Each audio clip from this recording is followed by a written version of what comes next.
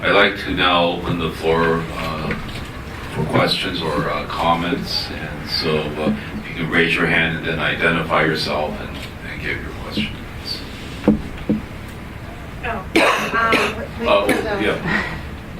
After.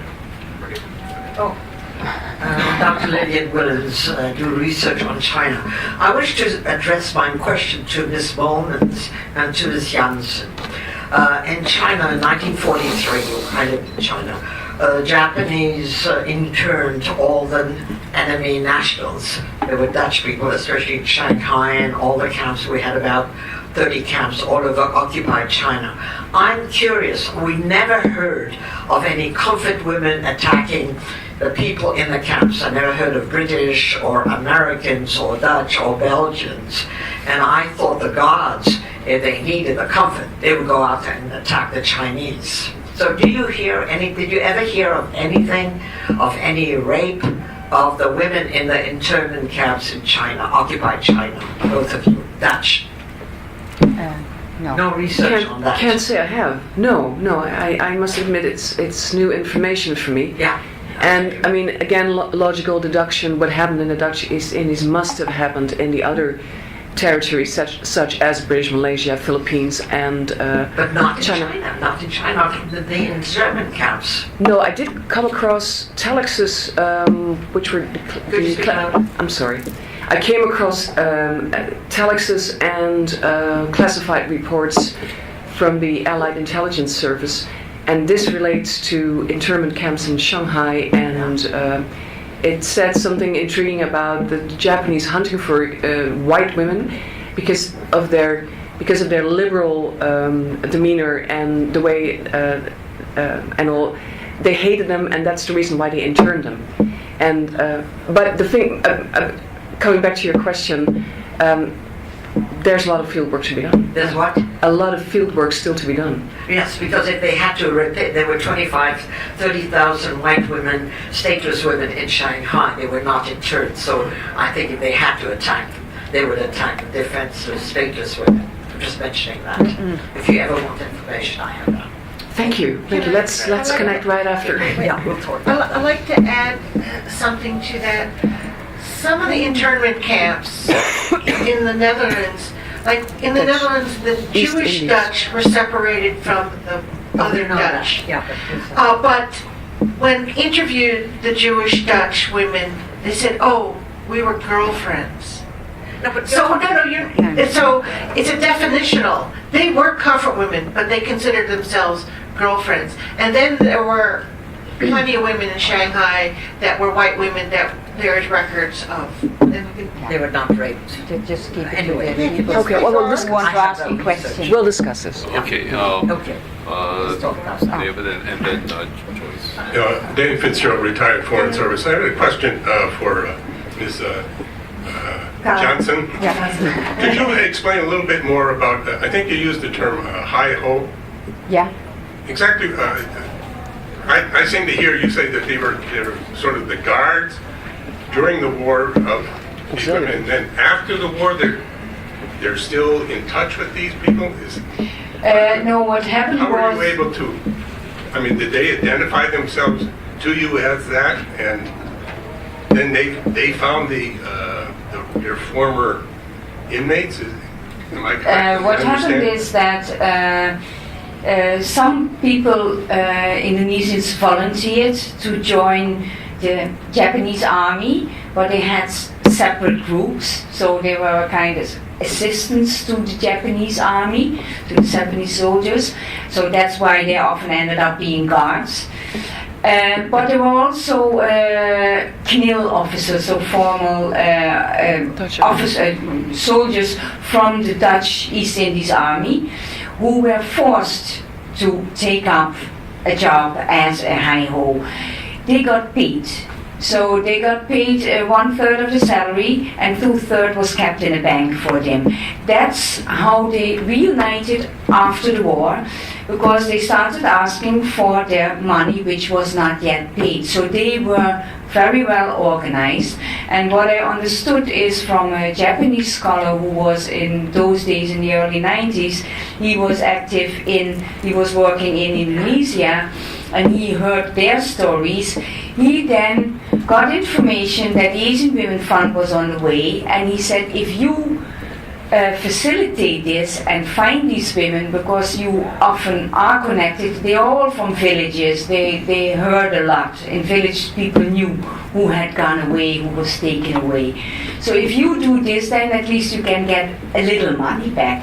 So that's how the Heiho got involved, and they thought, well, if we have these comfort women, people are more interested in this comfort women issue than in the Heiho issue. So if we can push them forward, we can also get our own lobby down.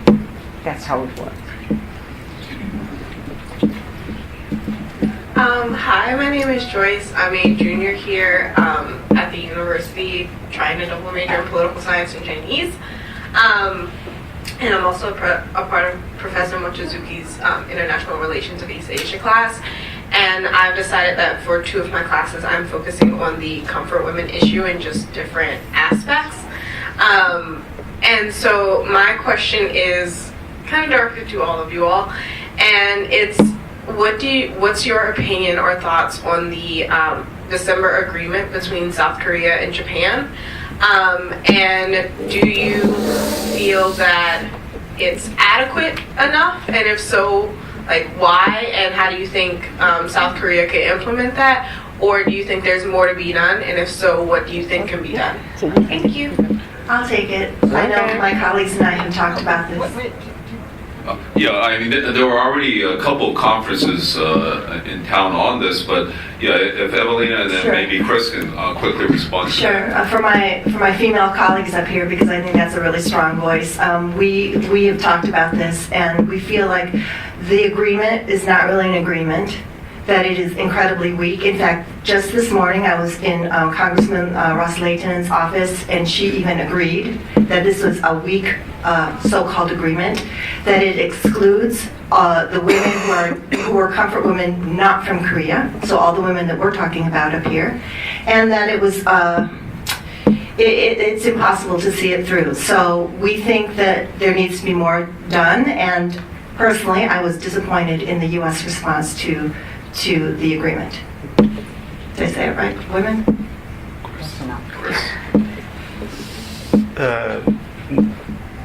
The agreement is unfortunate, in my opinion. I think that you have very large-scale shifting of the U.S. role in East Asia, as well as shifting among the different players in East Asia. And that, for whatever reason, the United States, in the present administration, has found it opportune to strengthen its relations with Prime Minister Abe's government in Japan. Park government in Korea is at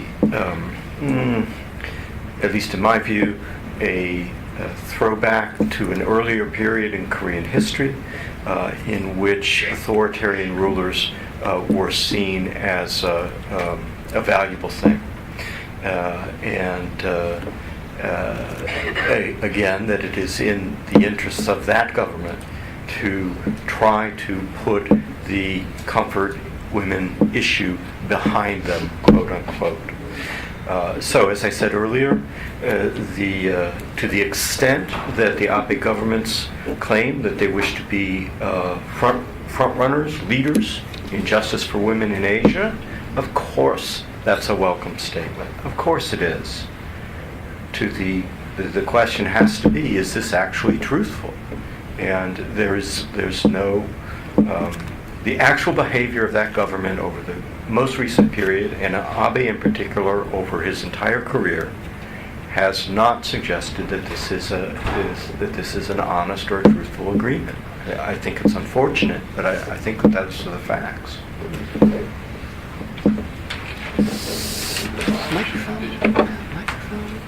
Hello, I'm very passionate about this cause, so I flew in from Texas to attend several conferences on comfort women. The question I have is, were there any stories of comfort women being rescued by any of the soldiers or neighbors, and also, like, were there any marriages between comfort women and soldiers after the war? And another question would be, were there any stories or researches done about possibly Korean men who were served under Japanese military who happened to, have services?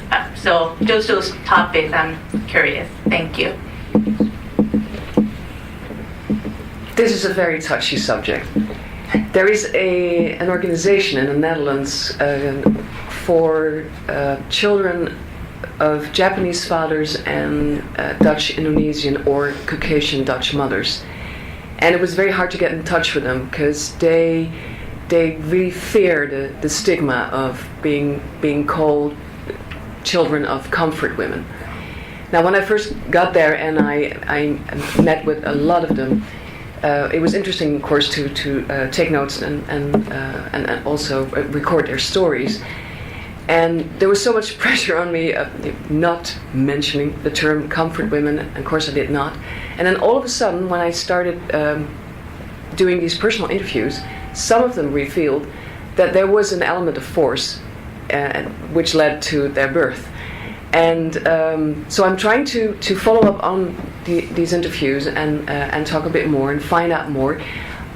I know of two, one son and one daughter, that it was very painful. The men the Japanese fathers were repatriated to their home countries, and they were never seen again. So they're trying desperately now to get into contact with the biological fathers. And there's one very, very sad story of a mother, a Caucasian Dutch mother who had two sons with a Japanese soldier, an officer. He took the two sons and he left, and she's never seen her sons back. So that element of, it's a blurry line because it's so hurtful and shameful if you say that you present yourself as a comfort woman. So I will try to get to the roots of it, but then again, I mean, it is just a matter of gaining all the trust. Others? Yeah, can I? Yeah, please. Yeah? Yes, I talked to several children of this comfort women, and they were personal concubines, so they were taken in by one person and they got a child. And it was all what I said, we did not want to have this, but we were kind of forced to just live with this man. And although some thought that they were reasonably lucky with a kind man, and others were really forced. I have the story of one man who, the woman, his mother is from Manado, which is an area in northern Sulawesi where people are fairly white-skinned, and she was taken in by a captain, and she got his child. And after the war, she was so frustrated that her whole life had gone, her youth was destroyed, that she left the child with her grandparents to look after him. And he really had a difficult time. He was glad that he was able to leave the house at 16 and pretend to be Chinese and not Japanese looking. And only in old age, when his mother had married another time with a high up government person, and only when that person died, he took her in again. But he said, I lost my mother, I never had a mother. So it's obvious for all those women and men who were born out of such a relation that their mothers were forced into these relations. There were, of course, also kind Japanese soldiers. I heard stories of women who were in a comfort station and were soldiers really had to take their turns. They had no option. They had to take their turns. That some of them would come in and they would have a condom and they would tear the condom and say, "Keep going strong," And then leave. and they would leave. And there's the story of Jan O'Hearn, who has this also a Japanese soldier who helped to track her down and so to get her some money. And I heard other stories also of people in internment camps that there were, of course, also good Japanese who did not want to take part of it. So, please.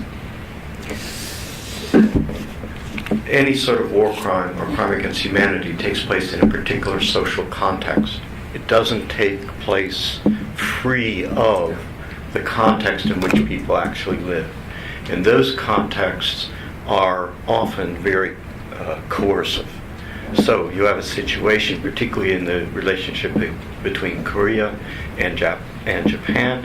Also, it turns up in the relationship between China and Japan, in which the women in that circumstance are under the moment they are born into a coercive situation, particularly if you were born poor, particularly if you were born female, and particularly if you were born of the wrong nationality in the eyes of the dominant power. You are born as somebody else's property. So it is not surprising that actual human beings facing that kind of circumstance and facing that kind of circumstance in wartime will do whatever they can in order to survive in those circumstances. What I think is very disappointing and outright opportunistic is when people say, "Oh, because there was a Japanese colonel who behaved as a human being and did a decent thing, that therefore every woman who was subject to this type of coercion was either a volunteer, a professional sex worker, or is a liar." And that's the type of thing, unfortunately, that one hears from some of the Prime Minister Abe's supporters. That type of rationality. That's one reason I'm disappointed in the agreement that was announced. But the more important thing here is that comfort women are actual human beings. They are actual people. And they do many different things, some of which they are ashamed of, in order to survive in a very difficult circumstance.